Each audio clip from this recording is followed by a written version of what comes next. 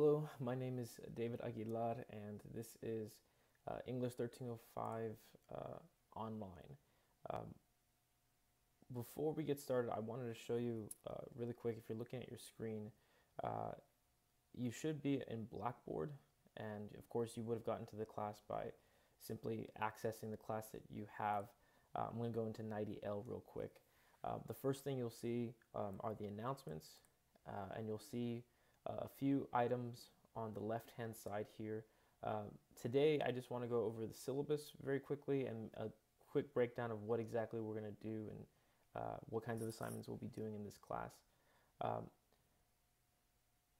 the syllabus you can always find right here on the left-hand side. If you click on syllabus, you should see the online syllabus here. You'll also note, by the way, that this class is actually combined with 91L. There's actually two sections, two online sections combined together. So if you're not in 90L, but you're able to view this, that's the reason why. So I decided to combine both classes because normally online classes hold more students anyway. So there's about 50 of you all together, and I think that's a pretty manageable number. If you go ahead and click on the link here, you should be able to open up the syllabus. The theme of this course is quite simple, but you'll notice it might be complicated by certain issues that are going on today. The theme of the course is called Freedom and Oppression. And specifically, we're going to be looking at freedom and oppression in two places, and that's in race and sex and gender, specifically gender. You can see some of my contact information here. You'll notice that my phone number is here. That is not my office phone number. That's actually my personal cell. So if you ever need to get a hold of me, you can always text me. I prefer text. Those are easier. I usually get back to those really quickly. If you want to talk to me over the phone, I'd ask that you first send me either a text or an email. And here's my email address here. That you want to talk, and we can schedule an appointment so that way I know I'm free, I'm not in the middle of class, or I'm not in the middle of some other meeting. So always, if you want to talk to me on over the phone, that's fine. I'm happy to do that.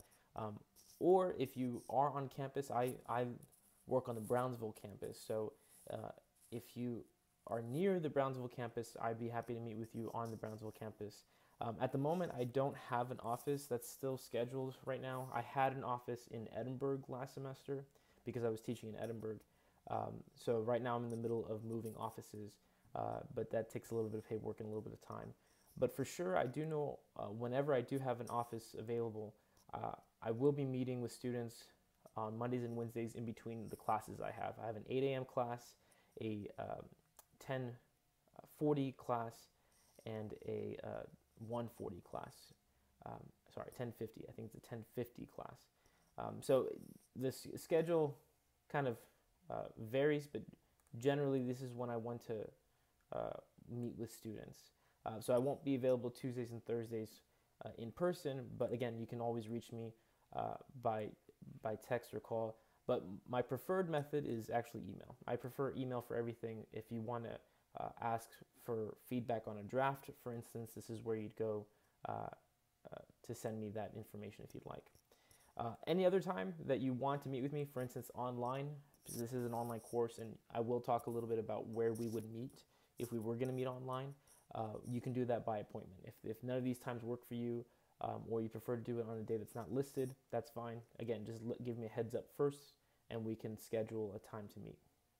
So real quick, this class is an intensive writing and research course focused on cultural analysis and the discipline of cultural studies. Essentially, what we're doing is looking at specific cultural phenomena, events, and sort of patterns that exist in cultures, and we're looking into why they happen, and we'll write and read about those kinds of things. Okay, there is no textbook for this class.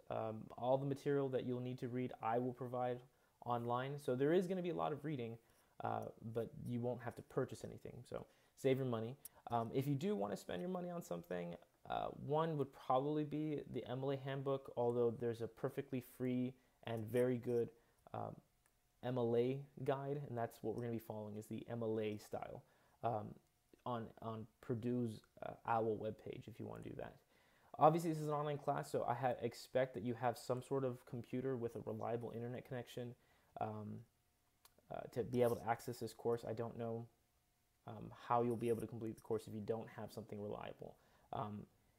So I assume either you have a laptop, a tablet, or some other form of access, but beside, either on campus or elsewhere, perhaps a library. But if you're planning on doing this from your phone, you're going to find that's a little bit difficult, especially when it comes to write essays. Okay. The other sort of resources you'll have available to you, of course, is the Writing Center, and I'll talk more about that. In fact, that's my specialty. That's where I come from. You'll notice that these are the assignments for the rest of the semester. Everything's been broken down for you. You can see the percentages here. There are 4 main essays, a presentation, and then just all sorts of daily work that we'll be doing. The first essay is a summary response essay. That's where I'll give you all a piece to read. You will summarize it very briefly and then respond to it based on some questions that I'll provide. Excuse me. There's the second essay, which is the cultural analysis essay. I won't say too much about this one because it's more fun when we actually get to it. And it's actually, I think, and my students have told me so as well, that it's the most fun essay you'll be writing. And it's probably relatively easy. The third essay is a prospectus for your term research paper. It's essentially the research proposal. You'll be telling me what you want to research, why you want to research, what research you've done so far to get started. And then you'll submit the final essay, which is the actual research paper. So again, the third one is the proposal. The fourth one is what you actually researched, what your findings are. In conjunction with the fourth essay, you'll also turn in or present something on your research. It'll either be in the form of a PowerPoint presentation or a video, maybe a poster board presentation, but some form of oral and visual element where you are talking to the class and presenting on your research paper. Usually the presentations run about 10 minutes, so it's pretty lengthy, but that assumes that you know what you're talking about and you've done plenty of research on this. And finally, the biggest chunk of your work for this semester is just daily work. Mostly, it's discussion board. I'll run through discussion board briefly, but it's not a very difficult assignment. In fact, it's very easy to do. I don't grade very harshly on it, but I know lots of students tend to let these go because there are so many discussion boards. They think that if you can skip most of them and it won't affect your grade too much, but it does. And I would be very careful about missing discussion boards. They do count for a lot of your grade. There are a few other things that I might grade that aren't included in this right here, but the one that you're going to see the most consistent week in and week out are discussion board assignments. I do have some expectations, which you can go through on your own if you'd like, but essentially I do grade pretty strictly on writing. If you're having trouble with sort of the mechanics and grammar of writing, I do grade pretty harshly on those, but I'd recommend that you come visit me so we can talk about it, or of course visit the Writing Center and see what help you can get there. But if you do go to the Writing Center, they're not going to fix your paper for you, just like I won't fix your paper for you. But you can get there and get some advice about how to fix things, how to find the errors that you're committing, and go from there. So I'd be happy to sit down with you, and you can always send me a draft of anything you'd like for me to look over ahead of time, and I can tell you what sorts of errors I'm seeing and even provide some resources for you.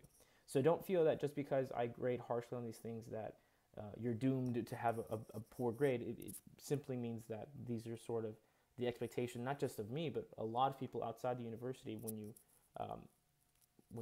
go out to find a job, and then there's a writing component usually attached to that job. A lot of people will take your writing very seriously, and those sorts of errors are usually not allowed and condoned. Another expectation I have is that we do discuss, even though this is an online course, there's going to be plenty of opportunities for us to talk with one another. One of them is going to be through discussion board, but the other one is actually going to be through Blackboard Collaborate, and I'll go over that in a little bit. I have a very simple policy when it comes to late and incomplete work. I don't accept any. I do not allow or consider late or incomplete work. By late, I mean anything that's submitted after the given deadline, and by incomplete, I mean anything that fails to meet the minimum requirements that I suggested. Usually, for instance, word count. If I asked you to write 500 words for an essay and you only submitted something with 400, then that's obviously not complete, and therefore I would not consider it. It would be an automatic F. It's an automatic failing grade. Now, of course, there are always circumstances and cases where either someone fell ill, you became ill, someone passed away in your family. If that happens, I will always grant extensions. But again, I do need some sort of documentation that happened. Nothing super formal, just something to show that you did in fact have to take time off for those extreme and special circumstances. Things I don't consider extreme or special circumstances are, for instance, if you have a job outside of campus and you're a full-time or part-time worker, and you're working late and you couldn't submit the assignment on time, I'm sorry, that's a choice you have to make, and unfortunately that means you need to just do things earlier. You won't get the same advantage that other students have. So that I don't consider. Obviously, if you forgot, that's on you. You have to be responsible for your own work. If your laptop isn't really reliable, or your internet connection isn't reliable, that's also, again, an expectation that I'm establishing now at the beginning of the semester, that's just something you need to have down. You need to have something available and ready for you to use. Same thing with if you're just going out of town on a trip, or you're just not going to be here. I have a less leniency with that, especially because this is an online class. There is no expectation that you have to be here physically. You just need to be near a device. Okay. I do have some students who ask me if there's such a thing as makeup work. For instance, let's say you missed a discussion board, and discussion boards, and I'll go over those in a little bit, usually happen within a set period. And let's say you were only able to, because of extreme and special circumstances, you weren't able to submit the discussion board on time. What I usually do in those cases is that I exempt the grade, which usually means that you don't get a 0 or any grade assigned to that particular discussion board assignment. What ends up happening is that everything else just has more weight to it, so it's just not considered. But of course, if you have no excuse and you simply miss the discussion board, it's a 0. Okay. You can read more of that more specifically. Attendance and drops are a little more tricky with online courses. Generally, I only allow 3 absences for most of my classes. On the 4th one, I drop students. But with online classes, I don't track attendance, but in lieu of attendance, I do keep an eye on how many assignments you've submitted. So some students I've had in the past, when they take online courses, tend to miss something like 5 or 6 assignments in a row, where they just clearly didn't do anything and it severely affected their grade. And it's put them in such a bind to the point where it's almost impossible for them to pass. I reserve the right to drop those students. Of course, if you contact me ahead of time to let me know that there's a specific reason why you've missed those assignments, or you anticipate that you're going to be missing assignments, then I won't drop you. But of course, then you have to figure out a way of how you're going to complete the assignments and make sure you're getting the grade you deserve. Okay.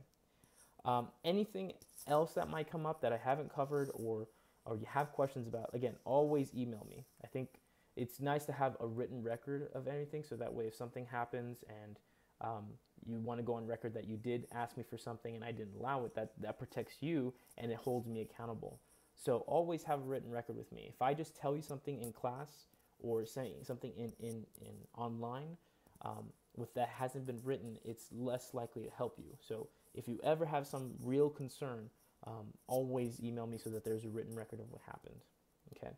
I've also provided the calendar. This is available through the university. This is all extra stuff. This is the learning objectives, basically what you should expect to learn from this course. This is all very basic and formal stuff that we have to put into the syllabus. So if you'd like to read more on that, you can.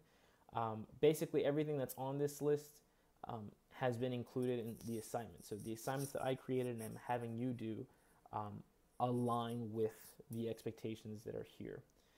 Let's see. Scooting down. If you have a disability and you need some sort of accommodation from Student Accessibility Services, you don't need to let me know. Student Accessibility Services will. They will contact me. So you would go through them either through the Brownsville campus or the Edinburgh campus, and of course you can reach them by phone or email. But contact them if you feel like there is some sort of accommodation that you need, either if it's extended time on assignments or you need some note taking or some sort of specific format of any texts that we have. Let them know. One of the things I do to comply with disability services or student accessibility services is that I take all these videos integrity and I upload them to YouTube, and YouTube captions the videos for me. So for those of you who may be hard of hearing, you can always access the videos through YouTube and see the captions on the bottom. So that's one of the ways I try to comply with student accessibility services, but you can always, again, ask for any other service that I might not be aware of, or let their office know and they will contact me. There will be an evaluation period. These are not the correct dates. I uploaded the syllabus before the evaluation period was set. I think they just set that up early this week, so I'll have to correct these dates later. There's also, some clear policies on sexual harassment, discrimination, and violence. You can read that more specifically if you'd like to, but it is on the syllabus, so that in the event that you feel that you've been a victim of sexual assault or harassment or discrimination or violence of any kind, that you aren't entitled to certain protections under the university guidelines. And I am as well liable for any of these things. Okay. So read those carefully, and that's pretty much the syllabus. Now, let me go back to Blackboard to kind of show you what this class looks like. On the left-hand side, you'll notice there's 4 links available to you under content. The first is course materials. The second is discussion board, Blackboard Collaborate, integrity classes. Course materials is perhaps the main link you're going to need for this course, because that's where you're going to find all of the weekly folders. So you'll see a folder for every week that we have. Right now, I just have the first week's folder up, so we're going to do that next week. You'll notice that it's a link you can click on. I even have the dates here for you about when week 1 started and ended, and I usually have a small title or description of what happens during this week. So for instance, this first week will be the introduction to the course. If you click on that link, you'll see a few items here. Usually I have instructions for what you need to do this week. Sometimes there'll be an attached file here. So for instance, here it says I want you to read the first entry on the announcements page. I want you to read the syllabus, and then of course complete the first discussion board for week 1. That you'll see here. The purpose of this first forum, and this is a discussion board forum, is to determine everyone's access to Blackboard and understanding of discussion board. This is a graded forum and the easiest grade you'll earn all semester. You will not be able to reply to other posts until you post to the forum first. This will be the norm for the rest of the semester, and that is the case. Every time you see a new forum, it'll be blank. You won't be able to see anybody else's posts until you post first. I do this for a couple of reasons. One of them is that whenever we do reading assignments and I ask you questions about the text, I expect you to have read the text completely by yourself and answer the questions by yourself. If you are one of these students who prefers to ride on the efforts of other people, that's not going to be okay in this class. So you'll need to read the text on your own and answer the questions and post to them. So if it turns out you didn't quite understand what the questions were, at least you'll be able to see everyone else's afterwards. One of the other things I think is also a form of dishonesty, but I think you should be aware, is that some students will post a blank document or a blank post, and by doing so, they'll be able to see everyone else's posts too. And then what they'll say is they'll contact me and say, oh, well, I accidentally posted something, but here's my real post. And of course, the real post was drafted after they had read everyone else's material. That's not okay either. If you've turned in something blank, I'm going to take your first post as what you intended to submit. So do not accidentally post something blank. If it's easier for you, and let me show you what it looks like. I'll go ahead and click on this link, okay? And you'll notice right now there are a few people here. I can see them because I'm the instructor, but normally I can't see anything. You'll come up here to create a thread, and you can give your posts a title, whatever the title is, and here is where you'll put the body of your message. Make sure not to hit submit. If you hit submit, it'll be blank. So don't press submit until you have something written. My preference is to type everything in a Word document so that once I've done typing, I can save everything, copy it, and then post it in here if I want to, okay? And that's actually good advice because I've had some students who type inside of the text box. They don't use Word, they just type here inside the text box. And when that happens, there's a chance that if you click outside of the screen, anywhere outside of the text box and press backspace, it's going to take you to the previous page, erasing everything you worked on. So instead of falling for that trap, it's just much easier to write it in a Word document first, so that if that closes by accident, at least it saves it by auto recovery. And you can always recover that. Even if your computer shuts down, when you start it up, it'll have that saved and ready for you. So even if that happens, at least it'll be there. And then you can copy and paste that into the text box here, and then submit that. Okay. All right. So that's course materials. And again, if I go back to this first week, there are usually a due date here. So here it says it's due by Saturday, January 20th. So that's not this coming Saturday, but it's the Saturday of the first week when we come back to school. I usually also have the questions that you need to answer here. So for instance, here I'm asking you to introduce yourself, just give some facts, maybe tell a story or discuss some expectations that you have about the course. And I want you to reply to at least 3 other people. Anything like, hi, nice to meet you is fine. And that's it for this discussion board. And I know that seems really simple, but I'm just doing that to make sure everyone knows how to post a discussion board and everyone knows how to reply to each other, and that way we set the expectation like, okay, this is how we're going to go on for the rest of the semester. Okay. Here, the second link on the left-hand side where it says discussion board, that takes you directly to the list of forums. So if you click on that, you'll see all the forums that we have. So for instance, here you see just one forum because that's the only one that's open right now. It's the first week's one. Every time I add a discussion board forum, you can see it here. So rather than going to course materials and going to the week and then going to the discussion board post, you can go straight here if that's what you'd like to do. Blackboard Collaborate is something new that I'm trying for online classes. Normally, I set up 30-minute, hour-long lectures and then share them with students. I think instead I'm going to try Blackboard Collaborate this semester. And the premise is pretty simple. If you click on it, you'll be taken to a room essentially where we can meet and talk in person. I've set up weekly seminars / lectures for every Friday from now until the end of the semester at 11 in the morning till 1 p.m. Again, every Friday from 11 to 1. I chose those times because one, it's not during when I teach classes, and Friday just seems like it's the day when people are probably not in their other classes. If you are taking other classes face-to-face, you probably have a Monday, Wednesday, Tuesday, Thursday schedule. So I chose Friday for that reason too. And I chose those times because if you are a full-time employee somewhere, chances are you have your lunch break between 11 and 12 or 12 to 1. So if that's the only time you have off, and let's say you have kids, but they're in school and doing it in the evening would be impossible when you're trying to get them fed and going to bed, then this would be the ideal time for you to be doing lunch.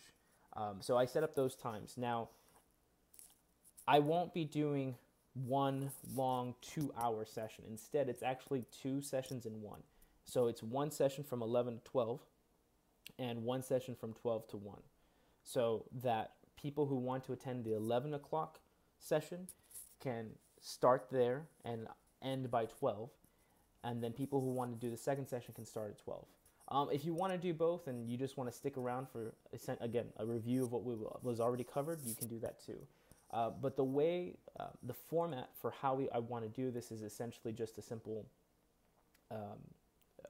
Q&A. It's going to be less of me lecturing and more of just answering your questions that you have about the materials that we had for that week. So normally I'll give you an article to read. If the article was difficult or there were